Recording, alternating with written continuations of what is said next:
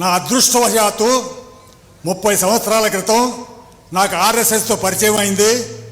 అయిన తర్వాత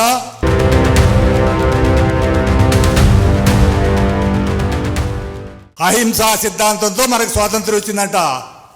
తాతగారు సత్యాగ్రహం చేసేవాడు పారిపోయాడంట. ఏమి దౌర్భాగ్యుడా!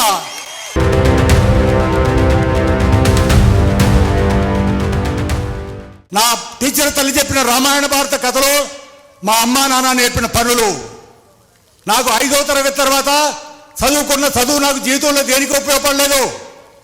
అట్లాని చదువుకోవట్లేదు. కానీ ఎవరు చదవాలి?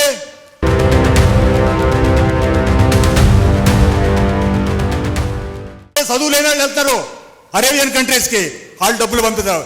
ఎవరి వల్ల ఉపయోగం దేశానికి? చదువుకున్నాడు వల్ల, చదువు లేనివాడి వల్ల. చదువు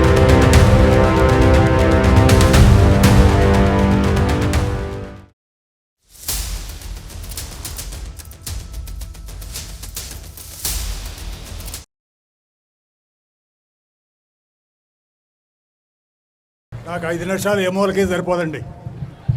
50 నిమిషాలు ఇస్తే మాట్లాడతాను, లేకపోతే వెళ్ళిపోతాను. 5 నిమిషాల్లో ఏం చెప్పగలనండి? ఏం గత నా అదృష్టవశాత్తు 30 సంవత్సరాల క్రితం నాకు ఆర్ఎస్ఎస్తో పరిచయం అయింది.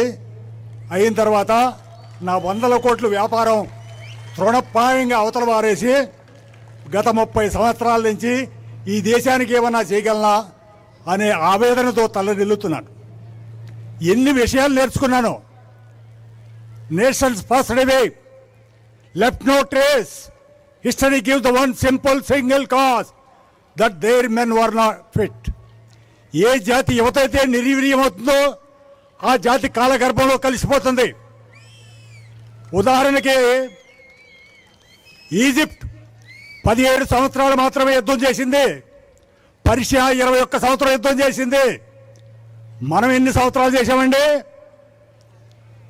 మహమ్మద్ బిన్ కాసిం కాడి నుంచి ఢిల్లీ గోరీ దాకా 500 సంవత్సరాలు రాత్రింబగళ్ళు యుద్ధం చేస్తూనే ఉన్నాం. మళ్ళా తర్వాత ఇంకొక 500 సంవత్సరాలు వాడు భారతదేశం ఆక్రమించి యుద్ధం చేస్తూనే ఉన్నాం. కానీ మనకేమి నేర్పారండి? అహింసా సిద్ధాంతంతో మనకు స్వాతంత్రం వచ్చిందంట. తాతగారు సత్యాగ్రహం చేసేవాడు పారిపోయాడంట. ఏమి దౌర్భాగ్యుడా! ఏమి దౌర్భాగ్యం ఇది! ఆమె తల్లడిల్లుతాంది నా మనసు. ఇదేనంతా ఇవాళ కారణం.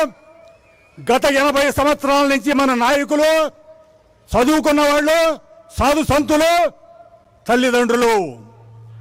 I'm proud I my mother. నా తల్లి జిజాబా లాంటిది. మీరు ఎంతమంది చెప్పండి? మీ తల్లులు ఎంతమంది మీ పిల్లల్ని ఏదైనా ఘర్షణ అవుతా అంటే అదేంటో చూసినారా అనే వాళ్ళు ఎంతమంది చెప్పండి? తల్లి కానీ తండ్రి కానీ. నాకు 20 సంవత్సరాల వయసులో నేను ఎయిర్ ఫోర్స్లో పనిచేసి ఫస్ట్ హాలిడే వచ్చిన రోజున మా ఊరి మీద ఒకడు దౌర్జన్యం చేస్తా, బండబూతులు తిడతా, పెద్దల్ని స్వైర విహారం చేస్తున్నాడు. మా అమ్మ అంది, రే బలరాం అటు సంగతి ఏదో చూసినారా అంది. మీ ఏ తల్లి కానీ తండ్రి కానీ ఆ మాట చెప్పగలరా? చెప్పండి, ఎవరైనా ఒక్క తల్లిదండ్రులు చెప్పగలరా? మీరు సంపాదించి పెట్టిన కోటాను కోట్ల రూపాయలు మీ పిల్లలు కాపాడుకోగలరా? నువ్వు ఎంత ఎక్కువ సంపాదించి పెడితే అంత ప్రమాదంలో ఉన్నాడు నీ మనవడు.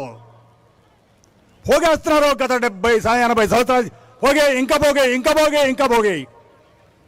అమెరికా వెళ్ళు. ఈ దేశాన్ని ఎవడికప్పు చెబుతావు? ధర్మద్రోహులకి, దేశద్రోహులకి అప్పు చెబుతావు ఈ దేశాన్ని? ప్రపంచంలో ఎంత గొప్ప దేశం లేదు. నేను చదువుకున్న 10వ తరగతి, కానీ ప్రపంచం అంతా తిరిగి వచ్చా. ఇంత గొప్ప దేశం లేదు, ఇంత గొప్ప సంస్కృతి లేదు, ఇంత వీరాది వీరులు కల్లా ఏ జాతి కూడా. కానీ దౌర్భాగ్యం, మనలో దుర్మార్గులు, దేశద్రోహుల వల్ల మనం విదేశీయులకి దాసోహం అన్నాం. ఇప్పుడు కూడా ఇంకా ప్రతిరోజు పెరిగిపోతుంది. ఇంకా 70 ఏళ్ల క్రితం, 80 ఏళ్ల క్రితం మా ఊళ్ళో ఒక్క దేశద్రోహి కానీ ధర్మద్రోహి కానీ లేడు. ఇవాళ సగం మంది దేశద్రోహులు, ధర్మద్రోహులు. ఇట్లా చెప్పుకుంటే చెప్పి 5 నిమిషాలు కాదు, 5 రోజులు చెప్పమంటే చెబుతా. నేను నాది ఒక్కటే నేను ఒక్కడే అడుగుతున్నా, మీ పిల్లలకి మీరు పోగేయద్దు. పోరాట పటిమ నేర్పండి వాళ్ళకి. ఒక గంట సేపు ఇంట్లో పనులు చేయించండి. ఇంటి పని, వంట పని, పొలం పని, చేతి వృత్తులు ఒక గంట సేపు చేయించండి. ఒక గంట సేపు ఆటలాడండి. Whatever I'm today because of this thing. నేను ఆడిన ఆటలు, నా టీచర్ తల్లి చెప్పిన రామాయణ భారత కథలు, మా అమ్మా నాన్న నేర్పిన పనులు. నాకు 5వ తరగతి తర్వాత చదువుకున్న చదువు నాకు జీవితంలో దేనికి ఉపయోగపడలేదు. అట్లాని చదువుకోవద్దు అంటలేదు. కానీ ఎవరు చదవాలి? ఆ అకాడమిక్గా ఎవరైతే మెరిట్ ఉండారో వాళ్ళే చదవాలి. మీ 10th అయిన తర్వాత టాప్ 10లో ఎవరు ఉంటారో వాళ్ళు మాత్రమే కాలేజీ పంపండి. లేకపోతే దేశం నష్టపోతుంది. చేతి వృత్తులన్నీ మన దేశద్రోహి చేతిలోకి వెళ్ళిపోతున్నాయి. ఎవరి చేతుల్లోనూ నైపుణ్యం లేదు. ఏ పనికి పనికిరారు. కాలేజీకి వెళ్తున్నాడు, ఇంజనీర్ అయి వస్తున్నాడు, నట్టేంటో పొట్టేలు తేలదు. ఇది మన పరిస్థితి.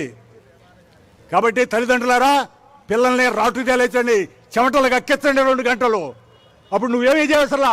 15 సంవత్సరాలతో వాడు పరిగెత్తాడు, ఎక్కడుందో ఎత్తుక్కుంటాడు, జయించి వస్తాడు, ప్రపంచాన్ని జయించి వస్తాడు. 2 గంటలు వాడి చేత చెమటకు అక్కెచ్చండి, రాటు తేలండి, శక్తి సంపద కూడగెట్టండి. అట్లాగే చదువుకున్న వాళ్ళంతా ఇతర దేశాలకు వెళ్తున్నారు. ఇక్కడ తల్లిదండ్రులు ఆస్తులు అమ్మేసి మరీ పట్టుకెళ్తున్నారు. వాడిని 20 సంవత్సరాలు మేపే మనం ఇక్కడ. చదువుకున్నాడు, గవర్నమెంట్ ఖర్చుతో చదువుకున్నాడు, వెళ్ళి అమెరికాకి, యూరోప్కి సేవ చేస్తున్నాడు, రూపాయి పంపట్లేదు. కానీ అదే చదువు లేని వాళ్ళు వెళ్తారు అరేబియన్ కంట్రీస్కి, వాళ్ళు డబ్బులు పంపుతారు.